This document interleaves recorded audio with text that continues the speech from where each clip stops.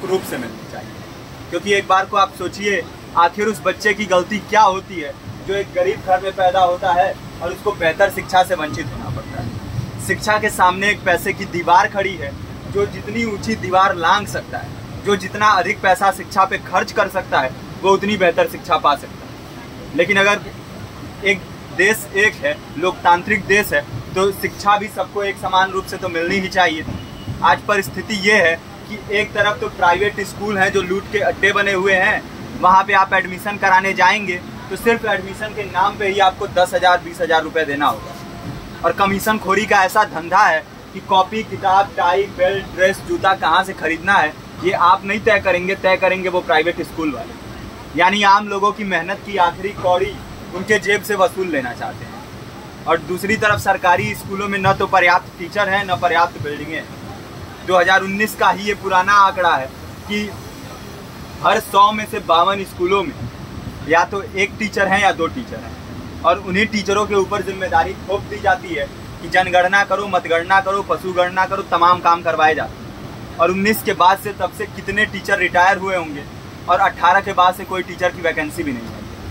आप खुद भी सोच सकते हैं ये परिस्थिति और कितनी बिगड़ी हो। इसीलिए हम लोग ये मांग उठा रहे हैं, चाहे कोई राष्ट्रपति का बच्चा हो या किसी मजदूर का, सबको शिक्षा एक समान मिलनी चाहिए और निःशुल्क रूप से मिलनी चाहिए। प्रेमचंद ने अपने दौर में भी कहा था कि एक सभ्य समाज में ऊंची से ऊंची तालीम मुफ्त होनी चाहिए और इसका पूरा खर्च गवर्नमेंट को उठाना चाहिए, क्योंकि हमारे देश को फौज से ज़्यादा आवश्यकता तालीम की है। और शिक्षा से जुड़ता हुआ ही दूसरा मुद्दा हम लोग उठा रहे हैं।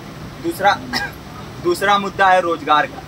रोजगार की परिस्थिति ये है कि आज सरकारी सेक्टर हो या प्राइवेट, सब कुछ ठेका संविदा के हवाले किया जा रहा है। परमानेंट नौकरियां लगातार घटाई जा रही हैं। इसी रेलवे में 1995 के आसपास लगभग 18.5 लाख कर्मचारी काम करते थे, लेकिन आज उनकी संख्या 12 लाख थी। आप खुद भी सोच सकते हैं कितने बड़े पैमाने पे परमानेंट पदों को घटाया जा रहा है। और आज आलम ये है, एक तरफ लाखों पद खाली पड़े हैं, फिर भी कोई वैकेंसी नहीं निकलती। जो वैकेंसियां निकलती हैं उनमें भ्रष्टाचार होता है, पेपर लीक हो जाते हैं। RO, UP police, BPSC, SSC, CGL, ऐसे तमाम पेपर लीक हो चुके हैं, आप लोग भी जानते ही हैं। अभी नीट की धांधली में ये पता चला कि एक एक पेपर 30 लाख से 50-50 लाख रुपए में बेचा गया। हम और आप तो ये पैसा नहीं दे सकते।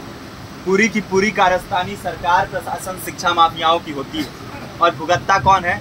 आम घरों के लोग, जो लोग सालों साल तैयारी करते हैं, दिन भर में 10-10 घंटे, 12-12 घंटे पढ़ते हैं। और इतनी कड़ी मेहनत के बाद, सालों साल की मेहनत के बाद उनके हाथ लगती है तो सिर्फ हताशा, निराशा, अवसाद।